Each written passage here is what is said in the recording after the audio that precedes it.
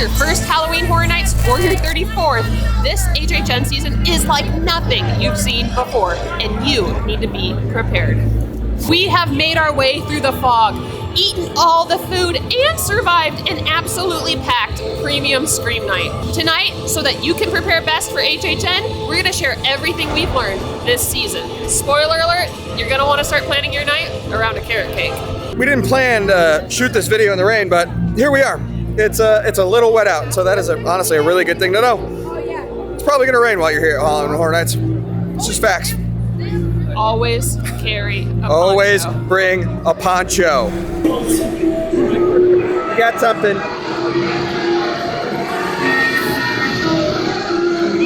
What is?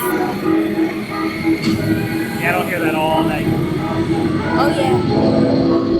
The first thing we learned this season that we think you need to be aware of is the updated Stay and Scream operation. Gone are the days where you're waiting for hours in cattle corrals baking in the sun. Now, you get a wristband and you get free reign of the park. All you have to do is go to select areas around Universal Studios, by Villain Con, by Minions Cafe, over at Lombard's, and sometimes by the Illumination Theater in the Minion area. There you'll display your ticket, get your wristband, and you have free reign. You can start getting into house queues starting at 4 p.m. and it's a great way to maximize your time if you have Stay and Scream for Halloween Horror Nights. If you're really interested in hitting those houses first thing, we do recommend utilizing Stay and Scream and getting in line early for the queue. Specifically, pro tip, Five Nights at Freddy's, that line gets filled up quick. So the earlier you can get your wristband for Stay and Scream and get into the queue, the better. Also, there's air conditioning, so that's a big win. If you're not so avid about going through the houses right away, enjoy the park. Enjoy the ambiance, and also it's pretty cool to experience the different scare zones and the team members doing kind of an entry walkout for each of the different areas. That is so new and so cool. If you're really trying to maximize houses, Five Nights at Freddy's opens up at 5:15. WWE opens up at 5:15, and Fallout opens up at 5:15.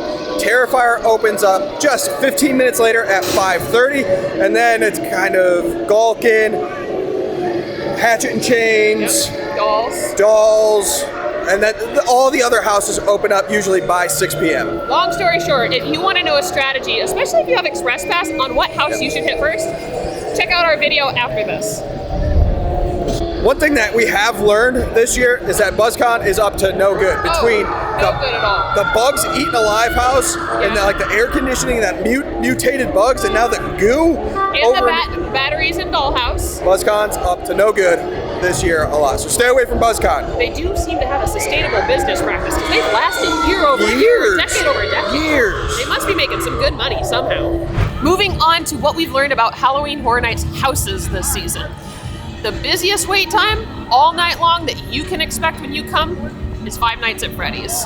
The IP pull is strong in that house. It has such a big fan base that the wait times tend to stay high and remain high all night long.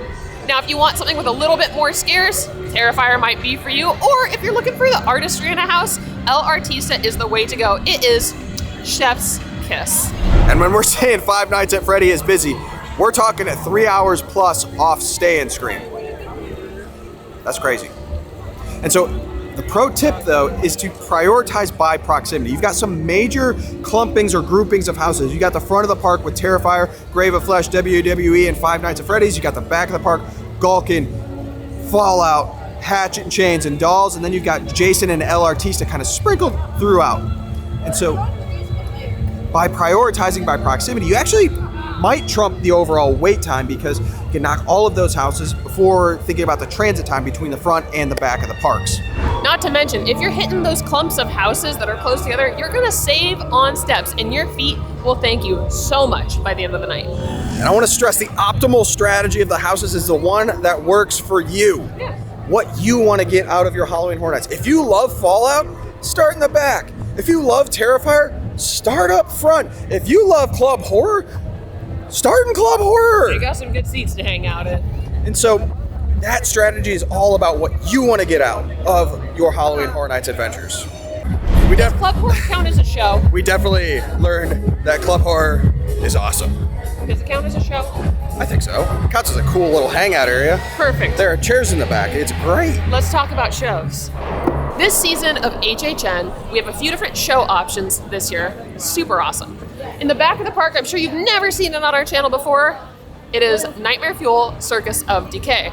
Additionally, they brought back a lagoon show this season, which is awesome and a little more family-friendly, Haunt-O-Phonic. And then finally, in Diagon Alley, we have our traditional Death Eaters, but they did flip the script on us a little bit this year. Let's go check it out. There are 3 things you need to know about the shows at HHN this season.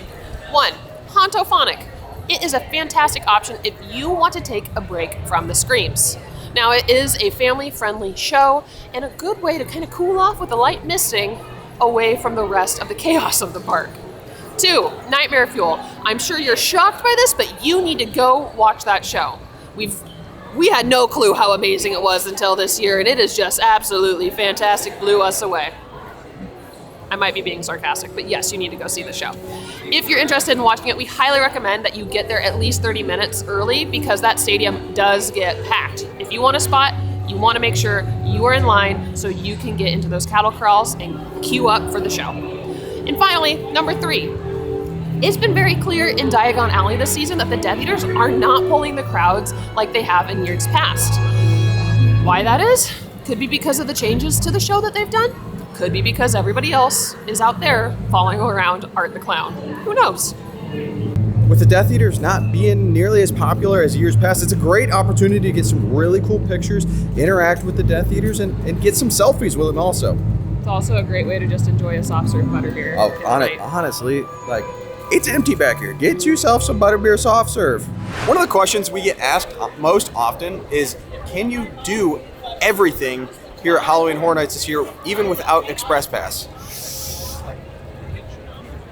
And the answer, oof, it's gonna be real tough, or you're gonna be very uncomfortable. You've got houses, you've got shows, you've got scare zones, and you've got food.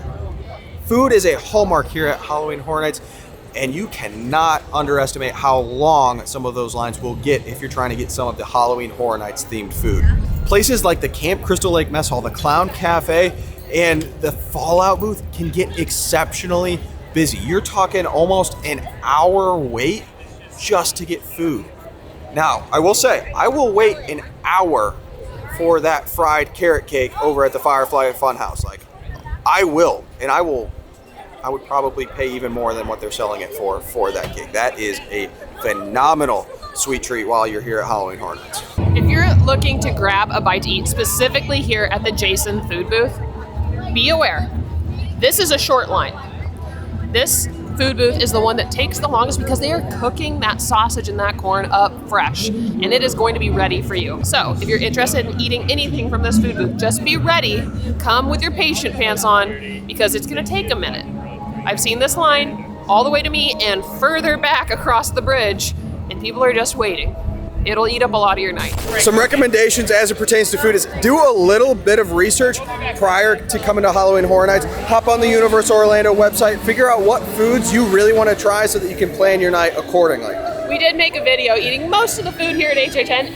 I highly recommend the carrot cake over at the Firefly Funhouse booth. It is the best food you will eat all HHN season. If you also don't want to wait all night long for grabbing food, we highly recommend eating sometime between like 5 and 7 earlier in the night, or hold off and wait till like midnight and grab a bite to eat at Mel's. That's one of our favorite things to do. A pig! Just a chewed piece of bubble gum. Oh my gosh, that's so cute! Yeah. Oh my gosh! Yeah. You just been chewed all night? Chewed all night and Chewed spit all back night. out. Oh my gosh, that's great. That's Yeah. so fabulous. You're like invincible then. I can't get you then. Nope, you can't. Ah! Oh, my leg. Ah, got him. Got him.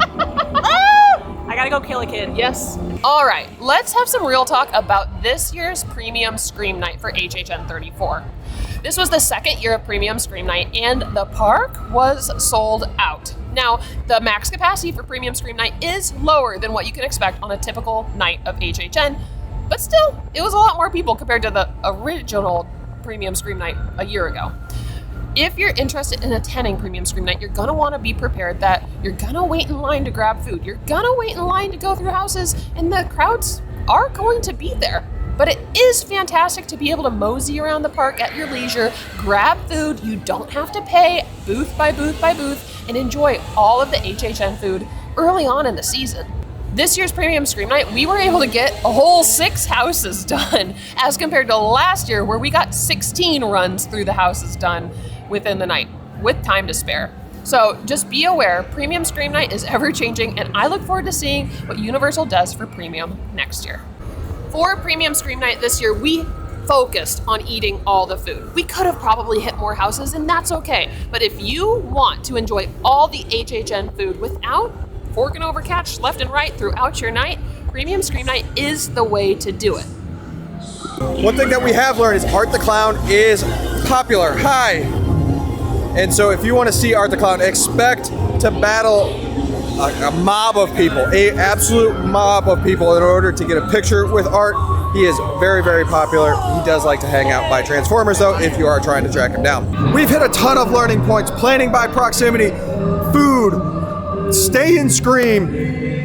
Don't forget, Power Hour. That is one of the crucial tips. If you're an HHN Pro, you know all about Power Hour. That 1 a.m. to 2 a.m. time frame is a great way to maximize the number of houses that you can get done. Those wait times drop and you're gonna be able to beep bop all from house to house to house and knock out a lot of houses in that last hour. Shout out to all my Red Bull Warriors out there. If you know, you know. But now it's time for you to share with the community what you love or have learned this season of HHN. Put it in the comments below so we can all make memories in the fog together. If you got anything out of this video, please subscribe to the channel. It really does help us out. And stay tuned for more Universal content. Thanks for watching. Bye!